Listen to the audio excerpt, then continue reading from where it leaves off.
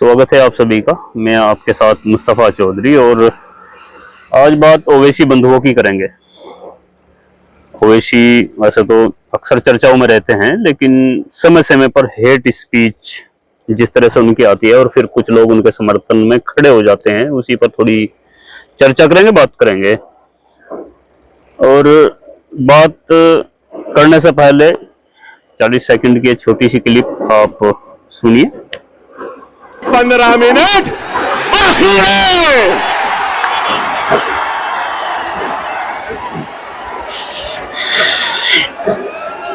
अरे भाई 15 मिनट बाकी है, सब्र करिए।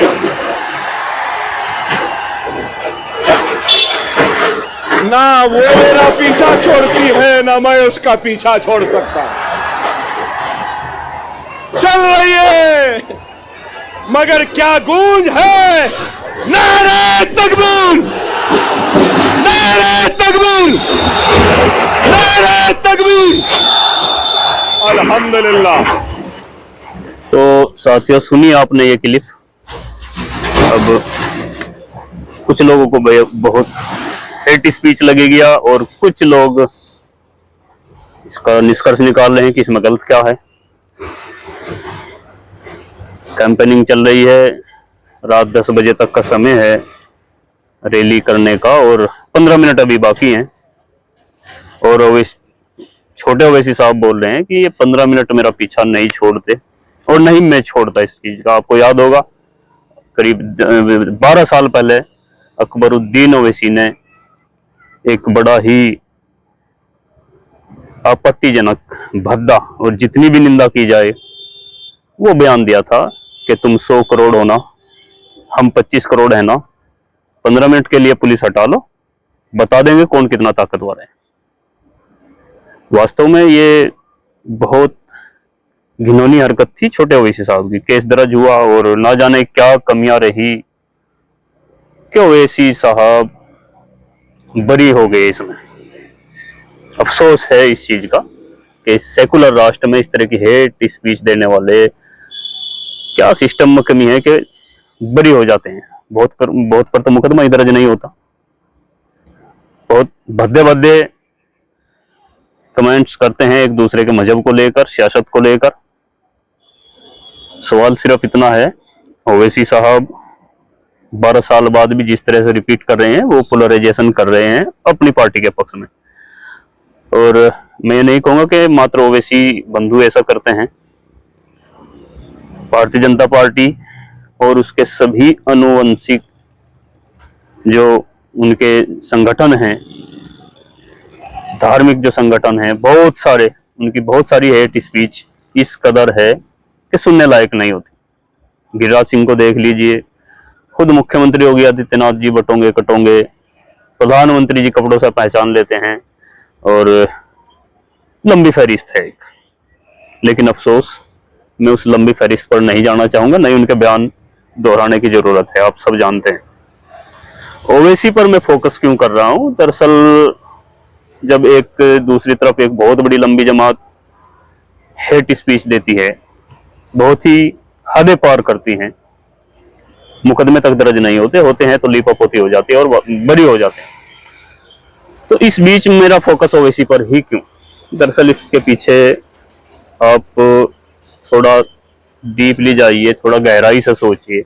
जब एक बड़ी जमात जो देश में फिलहाल रूलिंग पार्टी है, भारतीय जनता पार्टी, जो राज कर रही है पूरे देश पर और अक्सर राज्यों पर, उसके नेता जब इस तरह की हेट स्पीच देते हैं खुलेआम और कोई कुछ बोलता तक नहीं, उस समय भी हमारे बहुसंख्यक समाज के बहुत सारे लोग, संख्या गिनी नहीं जा सकती, उनका खुद विरोध करते हैं। उनका खुलकर समर्थन करने वाले जितने लोग हैं, उससे कहीं ज्यादा उनका विरोध करने वाले लोग भी मौजूद हैं। ये सेकुलर लोग हैं। एक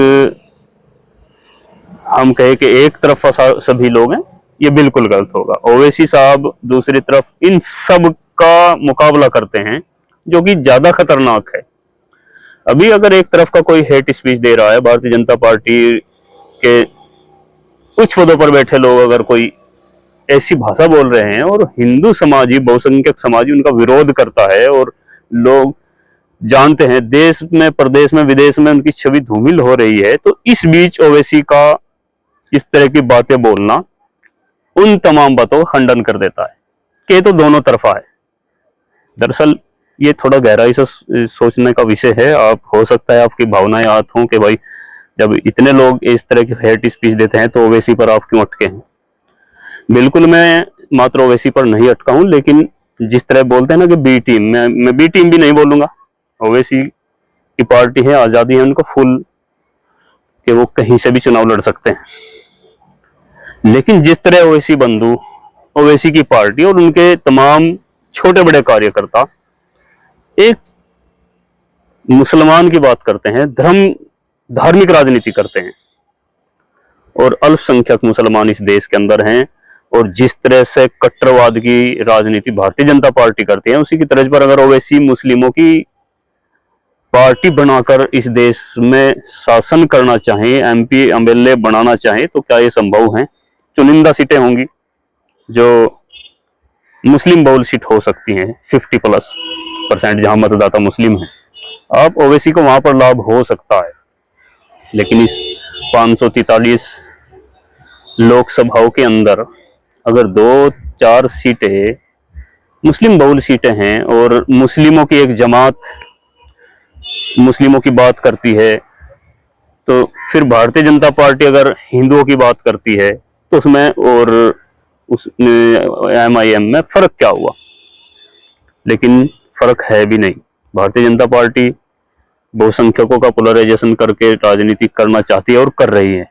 ओवैसी साहब जाति मफाद के लिए, मैं बड़ी जिम्मेदारी से ये शब्द बोल रहा हूं, बहुत से लोगों को बुरी लगेगी, जाति मफाद के लिए धार्मिक राजनीति कर रहे हैं, और भारतीय जनता पार्टी को इसका जाने या अनजाने, मैं नहीं बोलता कि ओवैसी साहब मिले हुए हैं, लेकिन वो मिले हुए हों या ना हो, वो जाने अनजाने में भारतीय जनता पार्टी या जो सांप्रदायिक राजनीति करने वाली जमात हैं उनको कहीं ना कहीं लाभ पहुंचाने का काम करते हैं, और इस बात का जवाब दे देते हैं। इस बात को एक तरह से आप ये कहीं नगण्य कर देते हैं कि जिस तरह से भारतीय जनता पार्टी या जो भी कट्टरपंथी लोग विवादित बयान देते हैं, एंटी स्पीच देते हैं, एक धर्म विशेष के खिलाफ जहर उगलते हैं, मारने और काटने की खुलेआम बात करते हैं, महिलाओं तक के रेप तक की चेतावनी देते हैं, और मुस्लिम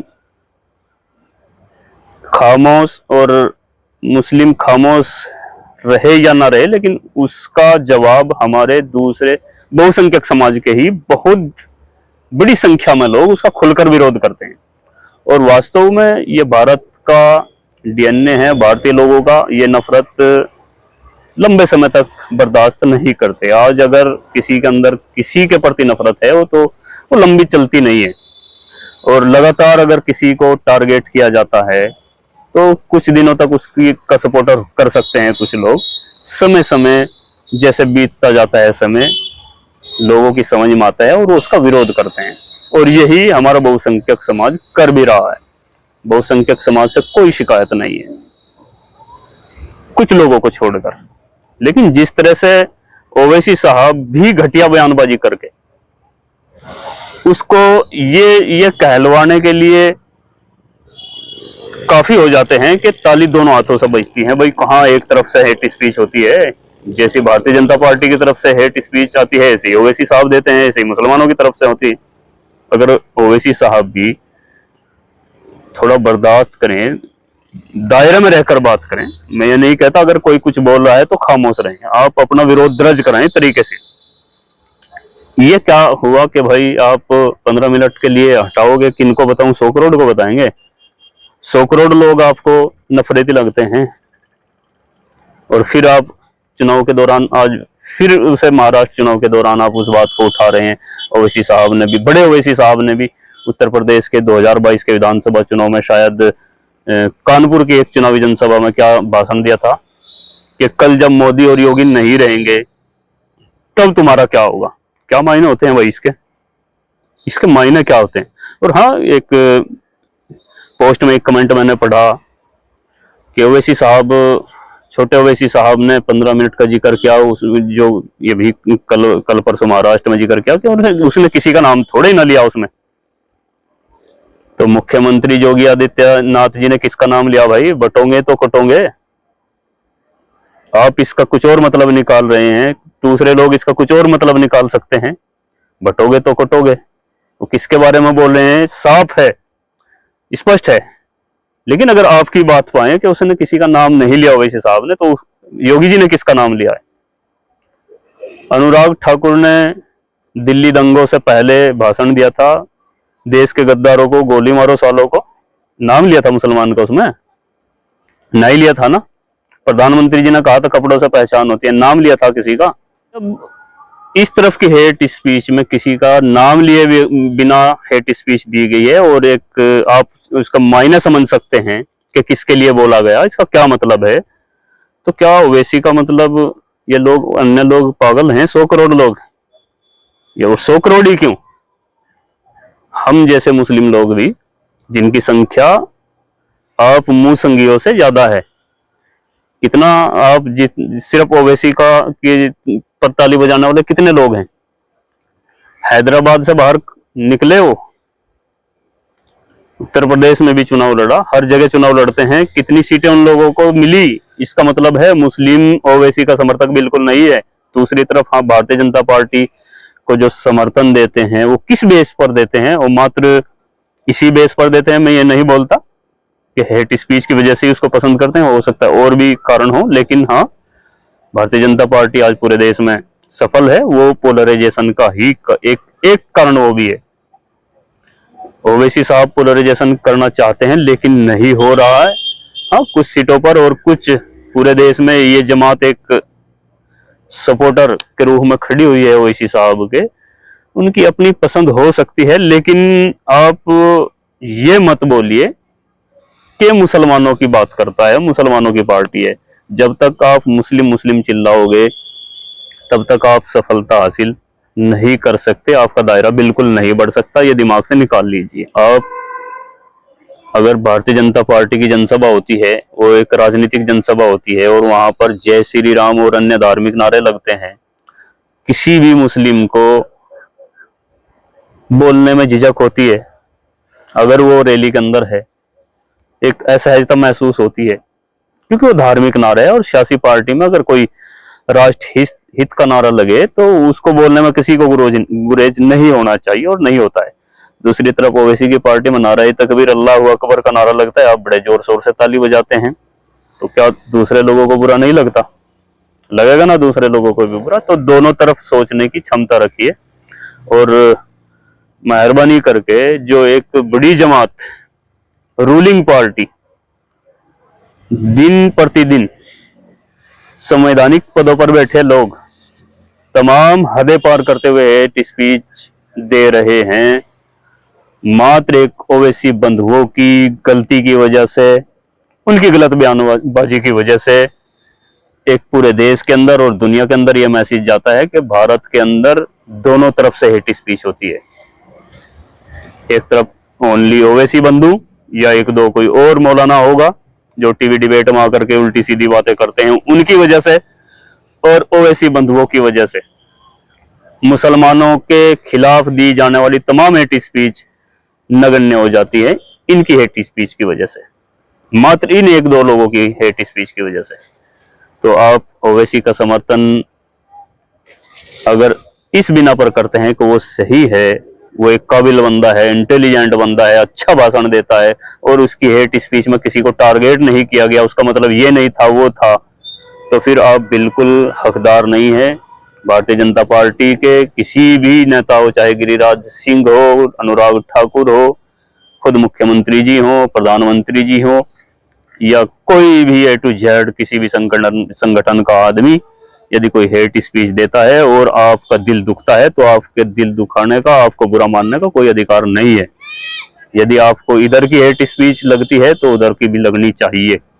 और मैं ओवैसी बंधुओं को सलाह दूंगा और उनके समर्थकों को सलाह दूंगा कि खुदा के वास्ते, अगर आप मुस्लिम परस्ती की बात करते हैं, भारतीय मुसलमानों की आपको फिक्र है, एक तरफ आप बोलते हैं कि भारतीय मुसलमान आज बड़ी दयनीय स्थिति से गुजर रहा है, और वास्तविक रूप भी यही है कि वास्तव में दयनीय स्थिति में भारतीय मुस्लिम हैं, दिनों दिन उनको टारगेट किया जाता है। तो उसको बचाने का, उसको सक्षम बनाने का, उसको इस हालात से निकालने का आपके ऊपर जुम्मा अगर बनता है तो इसके लिए कुछ और करिए, शांति की बात करिए, दूसरे लोगों को घेरिए उनके बयान पर, ना कि खुद बयानबाजी देकर उसको दोनों तरफा बात करने की आप जो है ये सेटिस्फाई कर दें इसको, कि लोगों को ये लगे कि भाई ये तो दोनों तरफ होता है। जो सेकुलर लोग भी हैं, वो चाहे हिंदू हो या मुसलमान, वो इसी बात से दुखी है कि दोनों तरफ हेट स्पीच होती है। और यकीन मानिए, अगर हेट स्पीच एक तरफ से आएगी तो ये लोग ज्यादा दिन नहीं टिक पाएंगे, इन्होंने अपनी भाषा बदलनी पड़ेगी। आप इनको ऑक्सीजन देते हैं इनकी हेट स्पीच के बदले, आप अपनी हेट स्पीच दे करके। खैर, किसी को बुरी लगे तो क्षमा तो क्या चाहूं, आप ना भी क्षमा करिए, कोई दिक्कत नहीं, लेकिन गौर से जरूर सोचिएगा इस पर, और बताइएगा कमेंट बॉक्स में क्या ओवैसी साहब को समय समय पर इस तरह की हेट स्पीच देनी मुसलमानों के लिए घातक साबित हो रही है या नहीं हो रही है। खैर, अपनी राय कमेंट बॉक्स में दे दीजिए। वीडियो अच्छी लगे तो चैनल को सब्सक्राइब जरूर कीजिए और वीडियो को शेयर कीजिए। Thank you.